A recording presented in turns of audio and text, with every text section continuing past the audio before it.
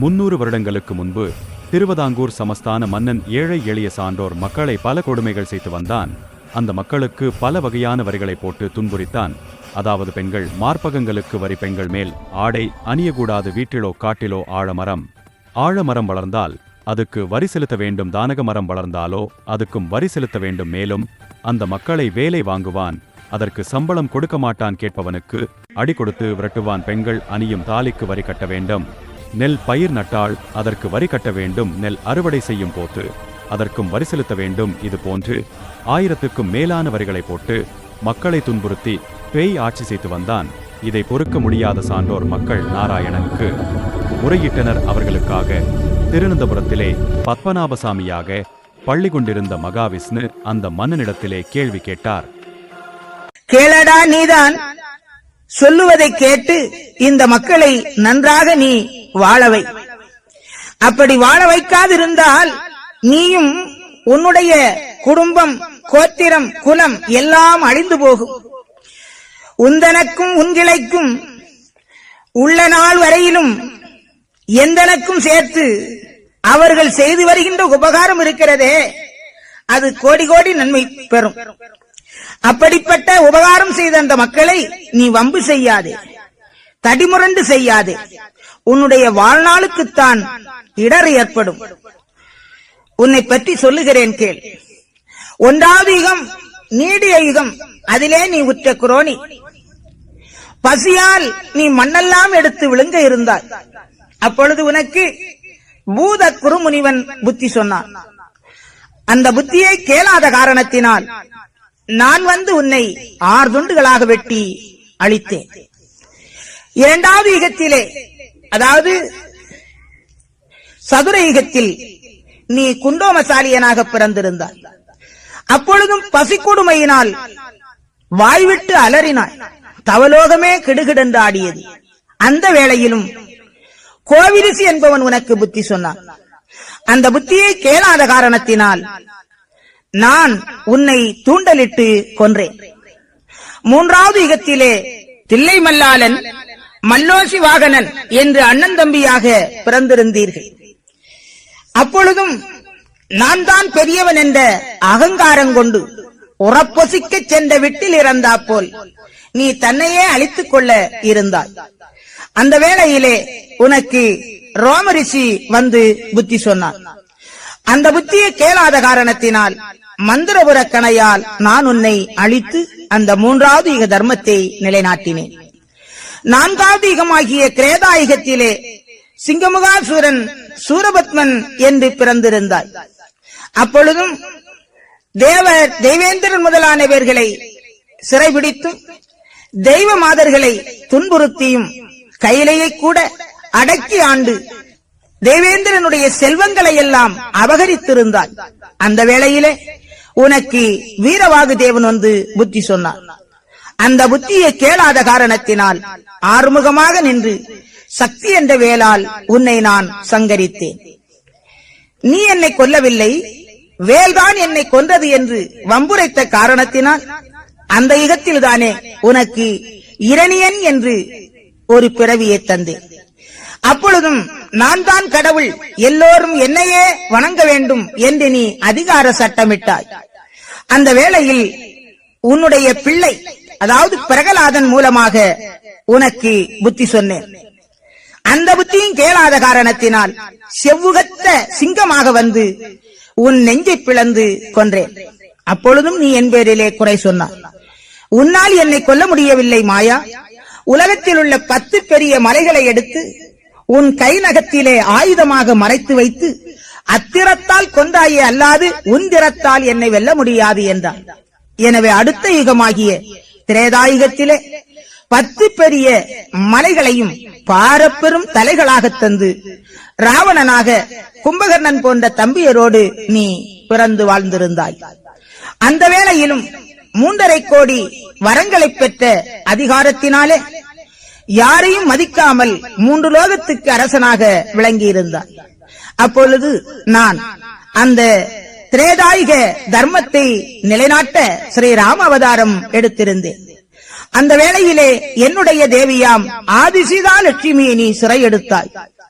தேவியை விடு என்று தூதனை அனுப்பினேன். உன்னோடு பிறந்திருந்த தம்பி விபூஷணன் உனக்கு அந்த யுகத்திலே புத்தி சொன்னான்.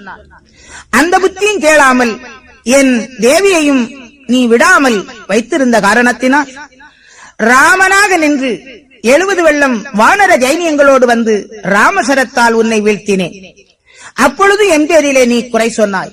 உன்னால் என்னை கொல்ல முடியவில்லை ராமா. என்னுடைய தம்பி ஒருவன் விபூஷணன் உன் பக்கத்திலே உன்னை சார்ந்து நின்று என் உயிர்நிலையை உனக்கு அடையாளம் காட்டி தந்தான் என்று நீ குறை சொன்னாய். எனவே அடுத்த யுகமாகி துவாபர யுகத்திலே 100 பேராக நீ பிறந்திருந்தாய். அப்பொழுது நீ துரியோதனன். அந்த வேளையிலும் பஞ்சபாண்டவர்களுடைய நாடு நகரங்களை அபகரித்து கொடுக்க மாட்டேன் என்று மறுத்தாய்.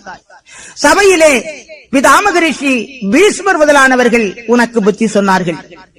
அந்த புத்தியும் கேளாத காரணத்தினால் நான் கண்ணனாக இருந்து வீமனுடைய கையார தண்டுக்கு பலம் கொடுத்து அந்த கதை மூலமாக உன் தொடையை முறித்தேன்.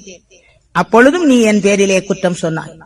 இப்பொழுதும் உன்னால் என்னை கொல்ல முடியவில்லை இடையா. நீ என்ன வீரனா என்னை கொல்லுவதற்கு? கொம்பில் ஒரு ஆளை விட்டுத்தானே நீ என்னை கொன்றாய். இன்னொரு ஆளின் கையினால் தானே என் தொடையை நீ முறித்திருக்கிறாய் என்று ஈனம் உரைத்தாய். அப்பொழுது நான் இன்னும் ஒரு பிறவி உனக்கு இருக்கிறது. அந்த ஒரு பிறவியிலாயிலும் நீ என்னை உட்கொண்டு கதி பெறலாம். அல்லாவிட்டால் நீ அழிந்து போவாய். உனக்கும் எனக்கும் அதற்கு மேல் பகை கிடையாது.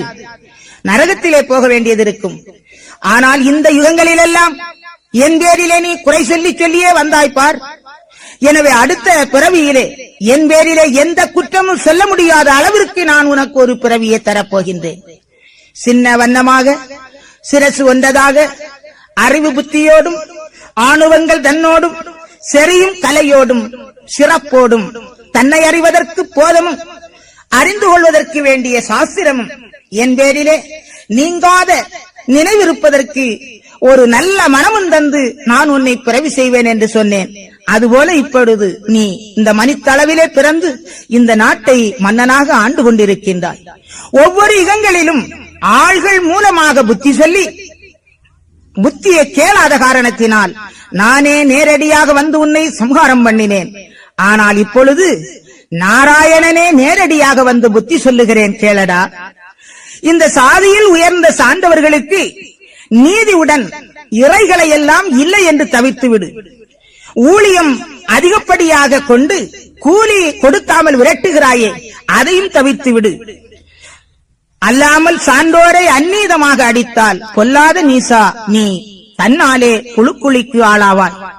கற்புள்ள சாணாத்தி கடிந்து உன்னை சாபமிட்டால் அப்படியே உன்னுடைய கோட்டை அழியும், உன்னுடைய வாழ்நாள் முடியும், உன்னுடைய வம்சங்கள் அடிந்து போகும்.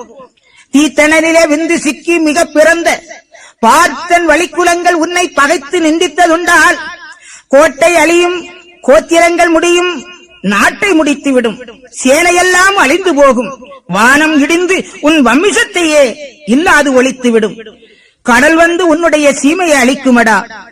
ஊக்கமுள்ள சான்றோருக்கு இனி ஊழியங்கள் இல்லை என்று பறையடித்து மக்களுக்கு விடுதலை கொடு. அல்லாதே போனால் நீ நாட்டை அரசாண்டு கொள்ள மாட்டாய். இறைகூலி தானம் இட்டு கொடுத்து அவருக்கு இந்த தரை மீதிலே நன்றாக வாழுவதற்கு நீ வழி செய்து கொடு. இல்லாவிட்டால் உன்னுடைய குஞ்சரங்களை எல்லாம் இழந்து கோட்டை தளம் இழந்து வஞ்சகமாய் உனக்கு வலிய கர்ம வினைகள் வந்து சுற்றும். கர்ம வியாதிகளால், கண்டமாலை போன்ற தீராத வியாதிகளால் நீ வறுமை அடைவாய், நரகத்திலே சேருவாய். பொய் வகையால் கர்ம போகத்தால் நீ மடியப் போகிறாய். எனவே நாராயணனாகிய நானே வந்து நேரடியாக சொல்லுகிற இந்த புத்தியை கேள் என்று அந்த மன்னனுக்கு அறிவுறுத்தினார். ஆனால் அந்த மன்னனோ, ஆயரே நீரும் அபூர்வமாய் சொன்னீரே, சாதியிலும் கீழான சாணார்களுக்கு வைத்த இறைகளை என் வாணால் அழிந்திடும், நான் அதை மாற்ற மாட்டேன். நீர்தானும் இந்த நிலைபெயர்ந்து அவர்கள் ஊரானதிலே போய் உறைந்தாலும் பரவாயில்லை, நான் அவர்களுக்கு வைத்த தண்டனைகள் இவைகளை நான் மாற்றவே மாட்டேன் அப்படி என்று மறுத்துரைத்தான். உடனே எம்பெருமான் சொல்லுகின்றார், ஏனப்பா உன்னுடைய பவுசெல்லாம் மாறி ஆவிக்கு நரகம் ஆவதற்கோ என்னோடு இந்த மொழி உரைத்தாய்? உந்தனுடைய ஊர் விட்டு ஓடிப்போ என்றாயே. சரி, போய் விடுகிறேனப்பா. நான் இருப்பது உனக்கு ஒருவேளை பாரமாக இருக்கலாம். அப்படி நான் இதை விட்டு எழுந்து சென்றால் ஆயிலும் மக்களுக்கு வைத்த தண்டனைகளை, அவர்களுக்கு வைத்த இறைகளை நீ மாற்றி வைப்பாயா? அப்படி என்று கேட்டான். அவன் சொல்லுகிறான், மாயவரே, மாலை காலை முதலான நேரங்களில் எல்லாம் சீலமுடன் பூஜை செய்கிறேனே உனக்கு, அதற்கு எவ்வளவு செலவாகிறது தெரியுமா? ஒரு நாளைக்கு 100 பொன் செலவாகிறது. இவர்களுக்கு வைத்த இறைகளை தடுத்து விட்டால் இந்த பொன் வந்து சேருமா? அல்லாமலும் 1008 திருப்பதிகளிலே வாழுகின்ற தேவர்களுக்கு பூஜை செய்கிறேனே, அதற்கு என்ன செலவாகிறது தெரியுமா?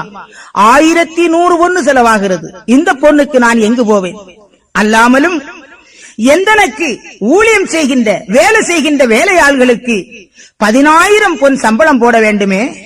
அப்பொண்ணுக்கெல்லாம் அவனை அடித்து பறித்து விதானித்து வாங்கியல்லவோ இந்த காரியங்களை எல்லாம் நடத்துகின்றேன். ஆண்டி, உன்னுடைய சொல்லை கேட்பதற்கு நியாயம் உண்டுமா? என்னோடு இருந்து என் பொருளை உண்டுவிட்டு நீ அவர்களுக்காக பேசுகிறாயே. என்ன, உன்னுடைய சகாயத்தில் தான் நானோ என்னுடைய மூதாதையர்களோ இந்த நாட்டை ஆண்டார்கள் என்று நீ எண்ணுகிறாயோ? இந்நிலத்தை விட்டு எங்கானாலும் போடா, நீ எங்கு போனால் எனக்கு என்ன என்று இழப்பமிட்டான். மீண்டும் எம்பெருமான் பொதுக்கென்ற கோபத்தை புத்தியால் அடக்கிக் கொண்டு ஜீவனம் போல் உள்ள சில புத்திகளை சொல்லுகிறாரா? ஏனப்பா, நீ எனக்கு தந்தேன் தந்தேன் என்று சொல்லுகிறாயே, என்றாயிலும் ஒரு நாள் எனக்கு இதை தாய் என்று உன்னிடத்திலே நான் வந்து கேட்டது உண்டுமா?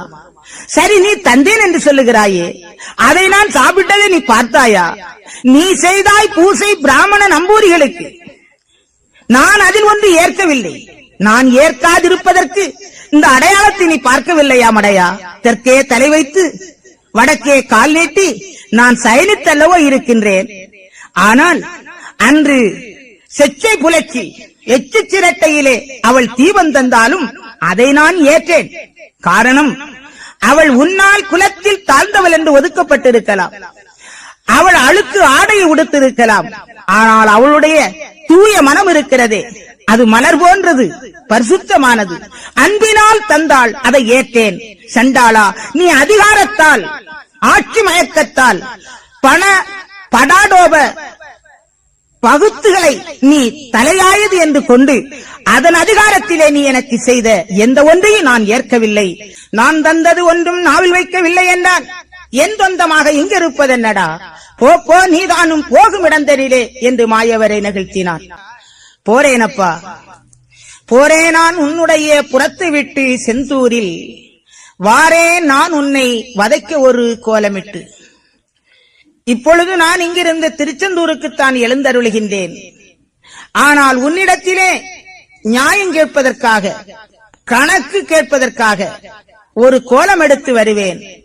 எளிய சாணானாக பாவித்து என்னை நீ நலிபேசி விட்டாயே மானீசா. ஏழை எளிய மக்கள், தாழ்ந்த குலத்தவர்கள், ஈனச்சாதிகள் என்றெல்லாம் இந்த நாட்டிலே மக்களை நீ பிரித்து வைத்து வேதனைப்படுத்துகிறாயே.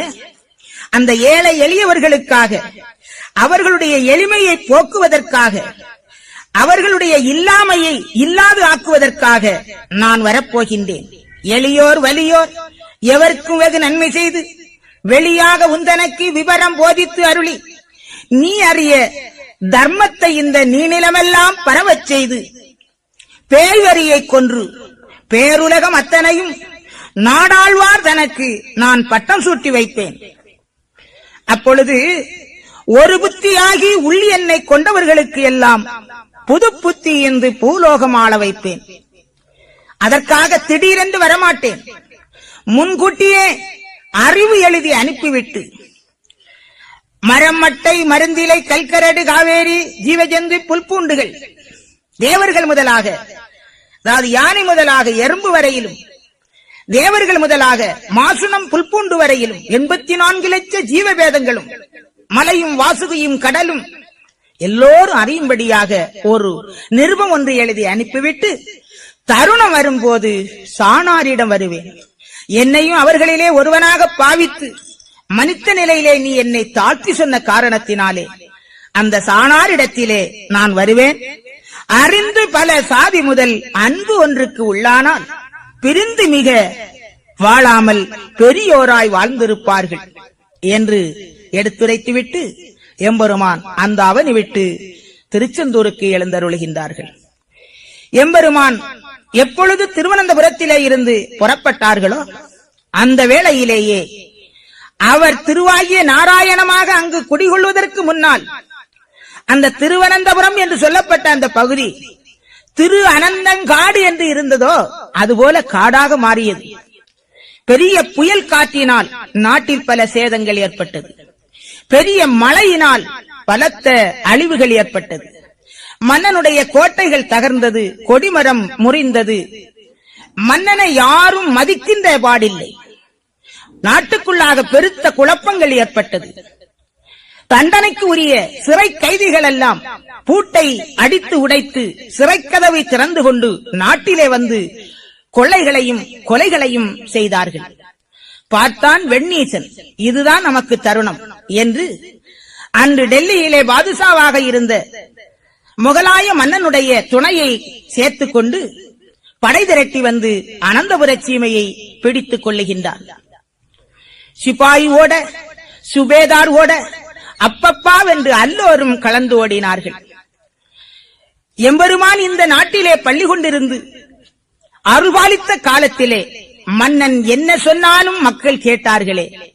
அவர் என்று இங்கிருந்து வெளிப்பட்டாரோ அண்டையில் இருந்து இந்த மன்னன் எதை சொன்னாலும் எந்த மக்களும் அதை மதிக்கிறார்கள் இல்லையே. ஸ்ரீபல்ப நாபர் இந்த சீமை விட்டு போய்விட்டாரே, அவரையும் காணவில்லையே, இந்த நாடெல்லாம் தேசமெல்லாம் இருளாகுதல்லோ என்று போற்றி பிராமண நம்பூரிகள் புலம்பி அழுதார்கள்.